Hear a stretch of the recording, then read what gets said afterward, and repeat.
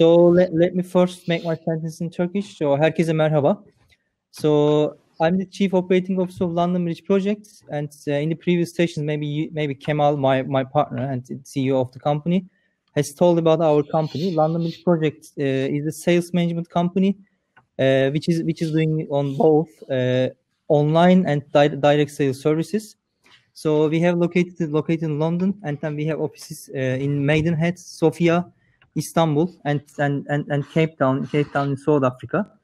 In this session, we will talk about the UK e-commerce market, and I will be hosting this panel. And Mark from Mark Magnick Associates, so he will be telling about the market readiness, and Caroline will be talking about the B2B e-learning market in the UK, and Andre from London Bridge Project will be telling about the challenges in the UK e-commerce market, which is very competitive.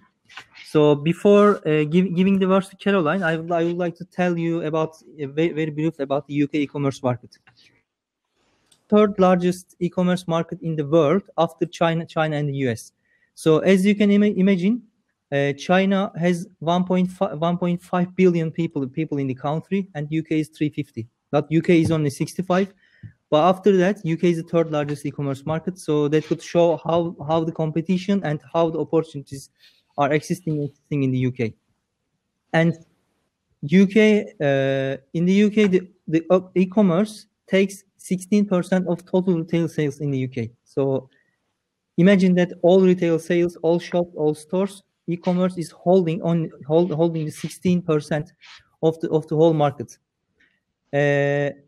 And after these markets, so the numbers are growing, and then every year is growing. Every people in the UK are spending 1,500 euros every year. Let's say 1,200 pounds every year online.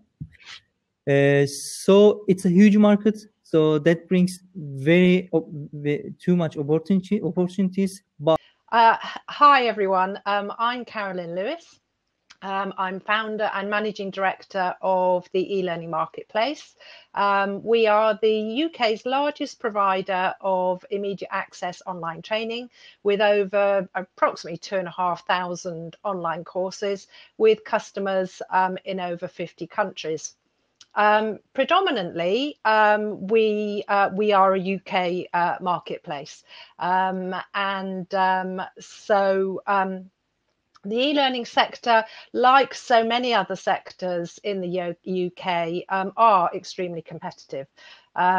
We have an extremely wide market, as you can imagine, as everyone can learn something. It's also a market which unfortunately has been flooded with poor quality products, as with other markets as well, with many companies entering into what I would call a bit of a price war and driving the price down. But of course, no SME business that actually intends to be around for any length of time is really going to be entering into a price war. And it's certainly something that we don't do. I think if you believe in your product and your service, then you don't need to do that. However, the whole of the UK market isn't driven by price. There are aspects of it that are, but not the whole market. So my advice is that you always know your market well, and you make sure that you offer, your offer is what your customers want. So if we're not looking at particularly price, and obviously we don't overprice, we actually do price match to a certain extent. The quality of your product, along with excellent customer service, I would say, are the two most sought after requirements in the UK. But of course, a lot of companies do this well. So UK businesses and consumers are looking for, what is your added value? What makes you different from your competitors? We offer all our customers free software to manage their staff training, and we've built applications that we offer free to our customers to process, so we're helping them with their own processes so that they are easy and effective. So that added value is really important, particularly, as I say, when you're really not prepared to drive your price down to rock bottom. Another factor that we're seeing as important to our customers is the environmental conditions. We're all so much more mindful about the environment. So we're really seeing that's important to our customers, and they're looking for that. And so we're trying to show our customers how we're reducing our impact on the environment, and I wouldn't say that's just by talking about it on our website. What we're trying to do is actually show what we're doing about it, so customers can really see that. So what does all this mean for e-commerce companies? We don't have any face-to-face contact with our customers at all, apart from in the same way that we're doing today. And it means a lot of hard work building the authority and the trust of our website through search engine optimization, writing lots of good quality content and having web processes in place that prove to our customers or our potential customers that we are trustworthy and we are an authority in what we are doing and what we are selling to them and what we're saying to them. But not only is it our customers, we're also, and it's really important, is we're proving this to the web browsers like Google. Our Google authority and our trust ranking is of the utmost importance, and we spend a lot of time working on that. And that's what brings us over 80% organic search results. So people are finding us. So hopefully we're getting it right. But of course, there's always more to do. So I would say in the UK, the e-commerce market it's a tough market. The environment, can be quite challenging.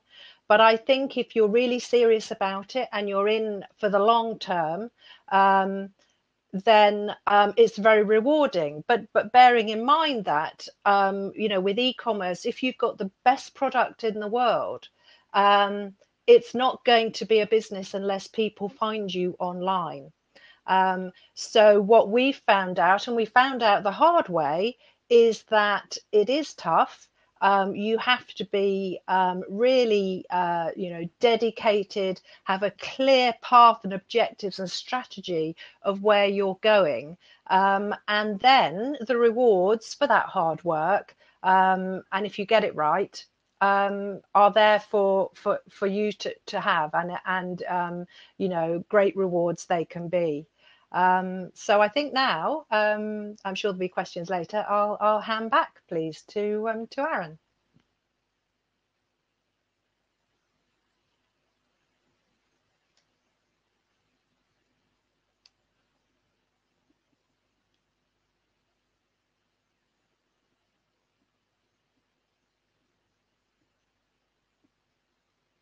Okay, I'm not sure that Aaron can hear me. So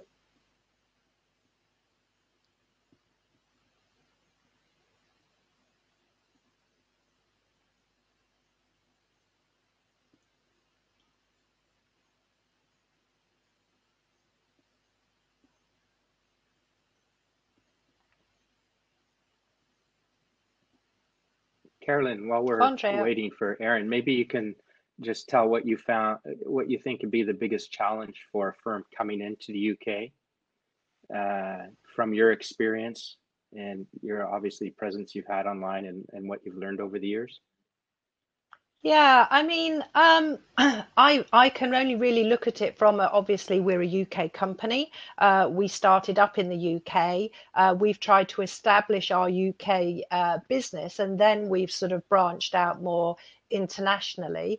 And I don't think there's any denying that it is a tough market, but I think e-commerce is challenging wherever you are. I think that success is really down to you actually knowing your product well, who your audience is, and it's really worth doing a lot of research into that. I mean, I did a lot of research when I started the business, but I have to say I could have done more. And I think a day doesn't go by, and we're talking, what, 6 years, 7 years on now, that I don't still learn something about the market. But you know, I think you've got to be really open to advice from people who are out there and doing it. And I've gone out and sought a lot of advice from experts through government grants and all that sort of thing. I think it's key to just think that you never ever think you know everything about it, because you never stop learning. Yeah. Yeah, Have we got Aaron back? Yeah, thanks, Caroline. I think I've been reconnected. So thank you for your speech. So actually we have talked about the UK e-commerce market, and then get the insights about the attitudes from you in the B2B e-learning market. So that's very fine. So as I told, UK e-commerce market is very tough. So as I told in the beginning, so we should be ready for this market, to be ready for the competition. So Mark, could you tell us what are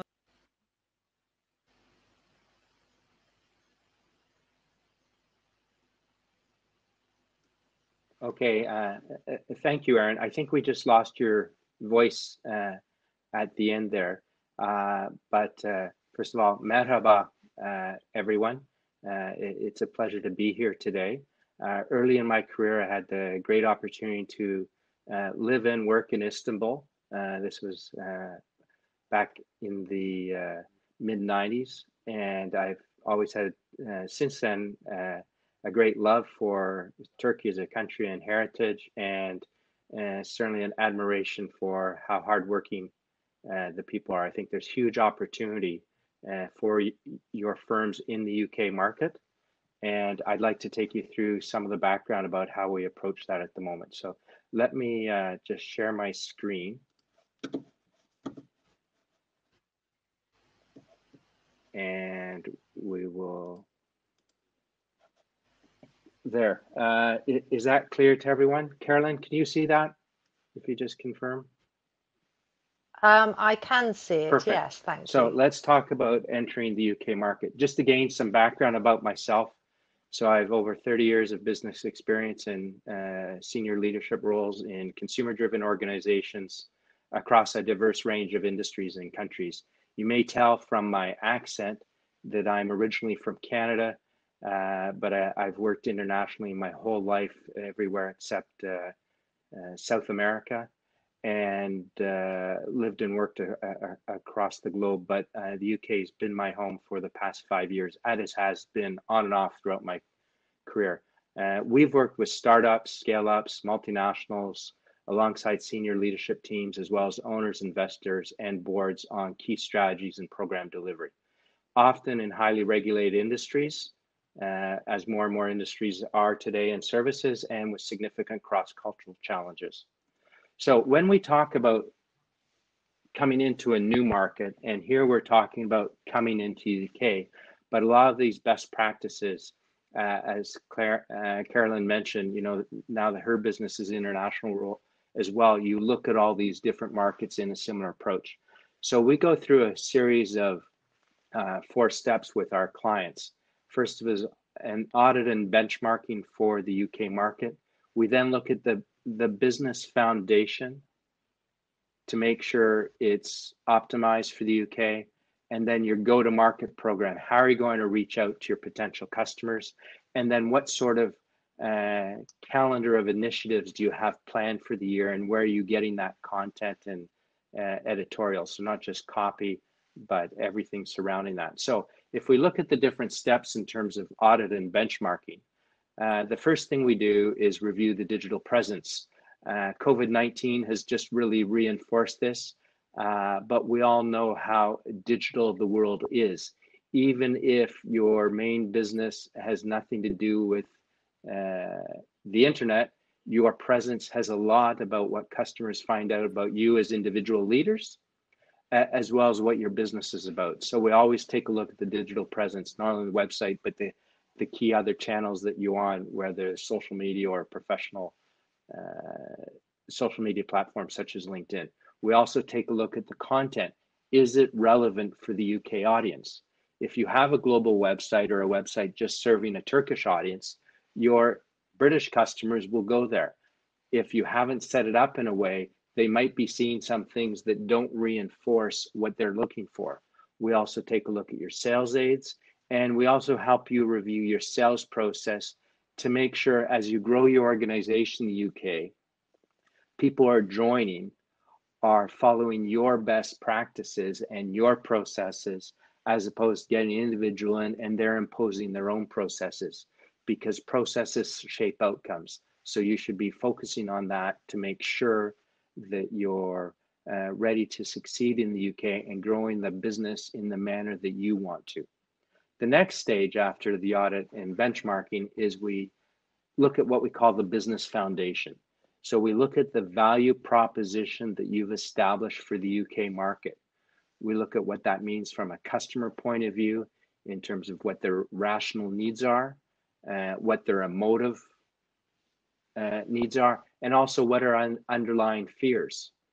And of course, when you're looking at that, this comes back to the old adage, you don't sell features, you sell benefits. So it's very important. You might have a range of features, but what are the benefits that they really give your customers? And then what's the overall experience when they engage with you? You know, you can have a great product, but if you're a difficult organization to deal with from the customer's point of view, it doesn't matter sometimes how good the product is. And of course, when you're looking at your value proposition, you want to make sure it's relevant and compelling and differentiated, because there's always substitutes. So, you know, people can do without your product, they can find an alternative supplier, or maybe they'll end up doing something in-house. So you have to present a very compelling value proposition to them. So we work with our clients through that. At the heart of your business, though, is a business model. You have a way that you make money. And of course, that's all built around your value proposition. Okay, but what are your revenue streams? What are your key resources? Because when you come to the UK, if you haven't looked at your business model in the context of the UK, you might have some blinders on or some hidden spots that will cause a weakness in the success of your organization here. So you have to look at your overall business model and then see what's relevant for the UK. And then, of course, your brand. Again, even companies who, you know, a lot of organizations think, oh, well, we don't sell to consumers, so our brand's not as important. But everyone knows deep down, your brand is very important. And it can be, it's just the owner or leader's personal brand that is given that overall umbrella to the organization. But you have to understand, what's the essence of your brand? What's the fundamental element of it? What are the values that you subscribe to? So you work out that brand pyramid, because that then gives you a basis for what are you going to communicate? What are you going to emphasize in this market from your brand? And what are you not going to talk about? And it's no disrespect. I'm Canadian. So when we sell into the US, the Americans couldn't care less we're Canadian. And in fact, they think it's a negative, although the rest of the world sees us very similar. So when Canadian firms go to the US market, they rarely talk about they're a Canadian firm. They'll set up an office in the US, then they won't refer to Canada at all. And also, so when Turkish firms come here, unless there's something compelling about being in Turkey that's an added value for customers here, you want to position yourself as a British firm, yes, with support from Turkey, but you're here present in the market. And then finally, the key element of your business foundation, and comes back to your business model, is what is your cost of customer acquisition? How much are you willing to invest to acquire a customer? What's your target? So after we go through the business foundation, we're then able to work on the UK go-to-market program. What's your overall strategy? How are you going to approach it? What's that program look like over the next 12 months, 3 months with a very firm idea? Are you going to what we call trans-create existing campaigns? take a campaign from Turkey, but don't do a literal translation. Optimize it for the UK. How is that going to work? And what's your budget you've set up to support this? When we say operational, just for the execution. And finally, we look at the overall 12-month plan then. Are you going to be translating, transcreating, or is there just original content coming from Turkey, and then managing your content strategy in the UK? So that's an overview in terms of how we approach the UK market for our clients. UK audit and benchmarking, business foundation, go-to-market program, and then the content and editorial calendar. And we've put on our website at magnaca.co.uk/self-audit, are you market ready? It's a small self-assessment tool that you can use to see where your firm is, to see are there areas that you need to optimize. So let me hand back to Aaron. Thank you very much. Aaron, can you hear us? Perhaps, okay. Andre, you'd like to? Yes. Thank you, Mark. Thank you, everyone. Hello, and again, thank you for joining our session. Basically, so everything you've heard above was a very interesting information, and there were a lot of positive things which like Caroline and Mark have talked about e-commerce. As for my part, I am working as a Amazon operations manager, and I have daily hands-on experience on how to manage Amazon e-commerce websites. So I'll be less of the good cop. I'd rather be probably the bad cop, because dealing with problems every day, I know how difficult it is and how uneasy. There's a lot of information on websites, on YouTube, wherever that where people advertise that e-commerce is easy and you almost have to do nothing. You could just start selling, for example, on Amazon and do nothing, and you'll have passive profit. So I'm here to combat that thing. I'm totally disagree with that, because there are a lot of challenges that you need to face and to override if you want to be successful and if you want to start doing a real business online. So I will be talking about the challenges. For me, one of the most important challenges that I meet in my activity, in my e-commerce activity, is to face the competition. So competition in the UK and overall in the entire world e-commerce business is extremely high. If I talk about Amazon.com alone, I can tell you that currently there are over 1 million active sellers on Amazon.com. So imagine yourself willing to start selling something on Amazon.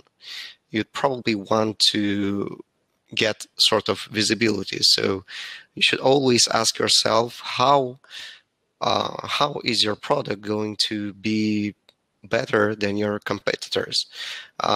There's also a lot of companies, Asian companies, launching in Europe, because Europe, UK, as you know, is like UK is the first e-commerce business after, if we judge according to the market size, is the first e-commerce business in Europe. So everyone is heading there, and we, as local companies, UK companies, we have to compete with a lot of Asian companies. What's interesting is that since the COVID-19 outbreak started, Chinese sellers have loosened a bit of their grounds in the UK. So among the top sellers, they used to have a share of 35%, and since the COVID-19 started, it's now 29%. So it's kind of giving more opportunities to local business to develop. One thing that e-commerce business should be taking into consideration when they only launch is that the products they sell, they never need to fall in love with those products. What I mean by that is that, the market is very dynamic. The products that you can sell are very different. So it may happen that when sellers invest resources in a specific product, they don't want to give up and they keep investing, although a specific product does not bring any contribution. So at that point, sellers need to be very dynamic. They need to either adapt that product to market demands or quickly just stop selling this product and bring something else. Like just keeping doing what you did until now. If it doesn't bring result, it doesn't make any sense. So that is something that sellers really need to bear in mind. So they have to find a very good niche for their product. I can give you examples of like a product selling on Amazon. If we talk about, for instance, a neck pillow, the travel pillow that you take with you for plane traveling or road traveling. So this kind of product, it has about 50,000 different competitors on Amazon. So imagine how would someone buy specifically your product, right? So it's kind of difficult. You have to stay competitive. You have to find the right niche. Logistics-wise, I will again talk about I will mention the outbreak of COVID-19.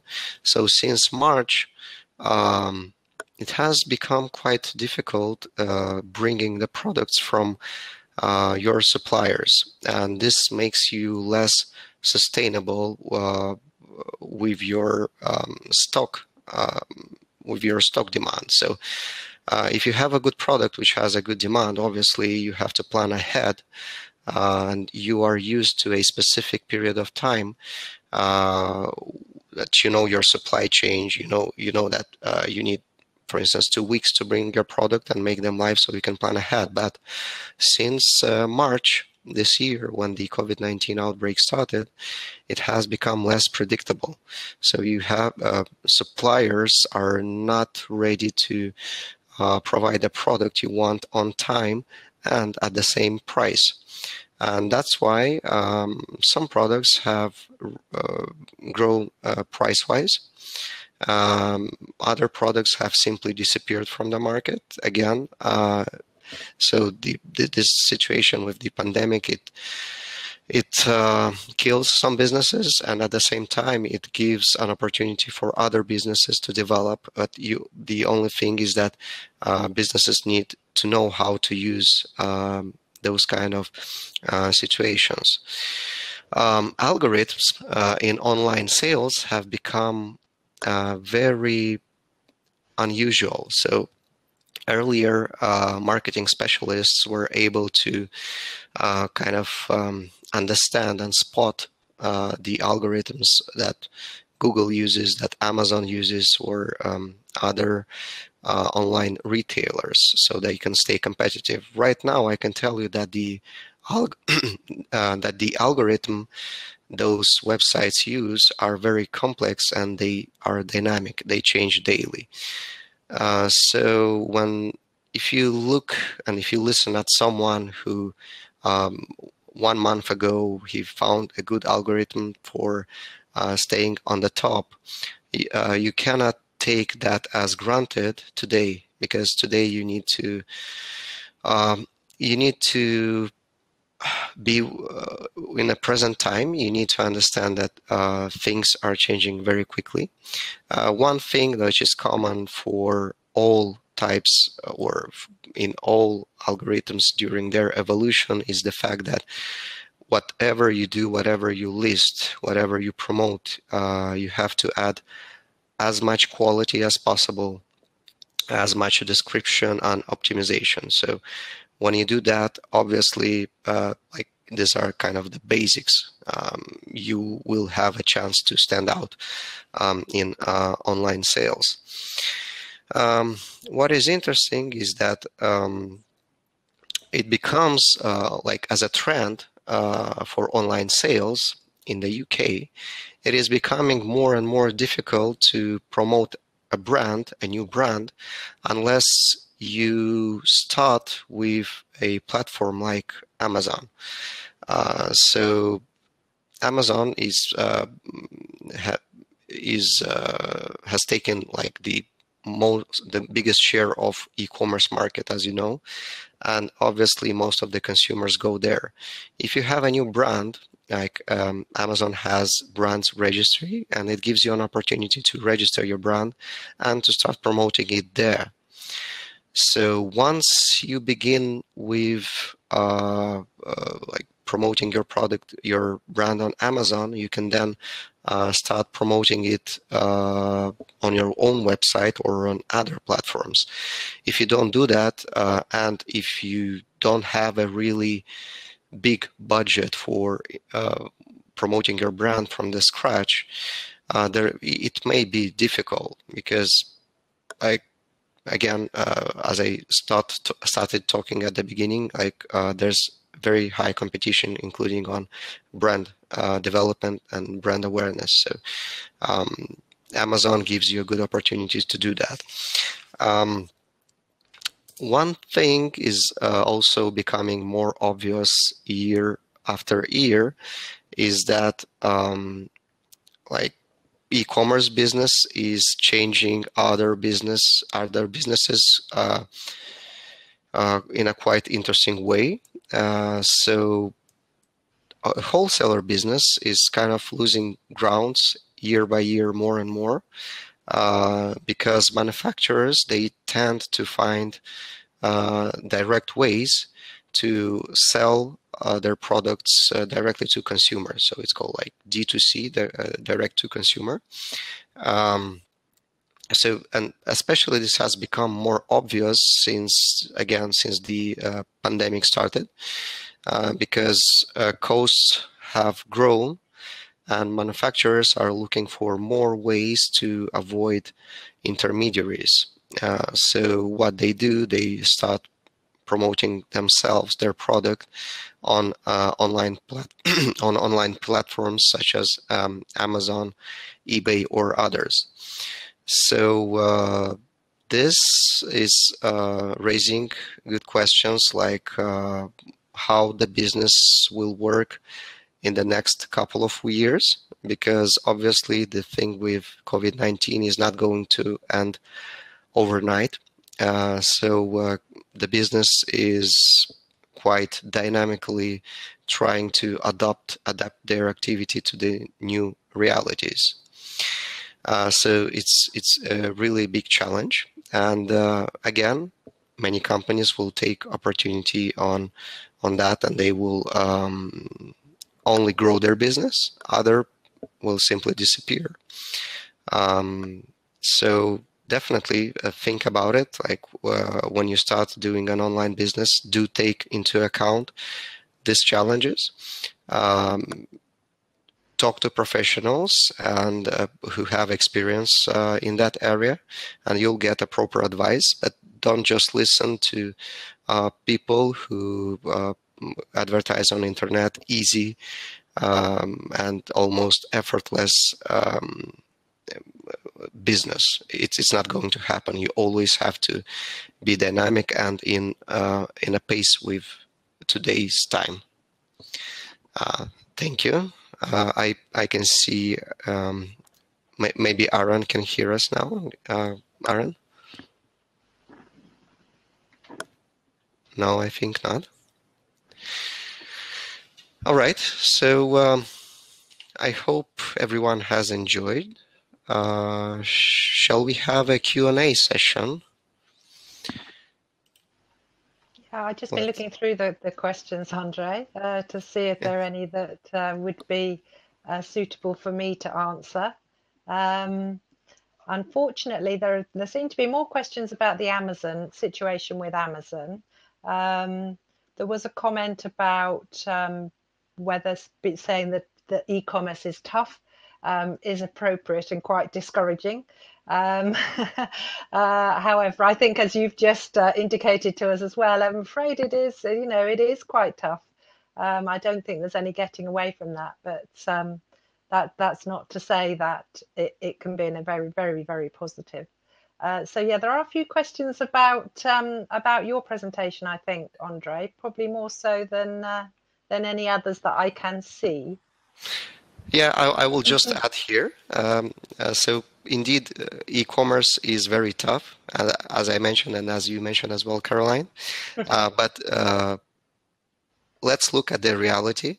So it has been in a very quickly and fast-growing trend until March, and starting March, I think it has at least doubled, because all people started to do online shopping, even the older people who were more conservative, and they used to they used the physical department stores, but right now unfortunately they cannot do that. So the online market is only growing, and it is tough.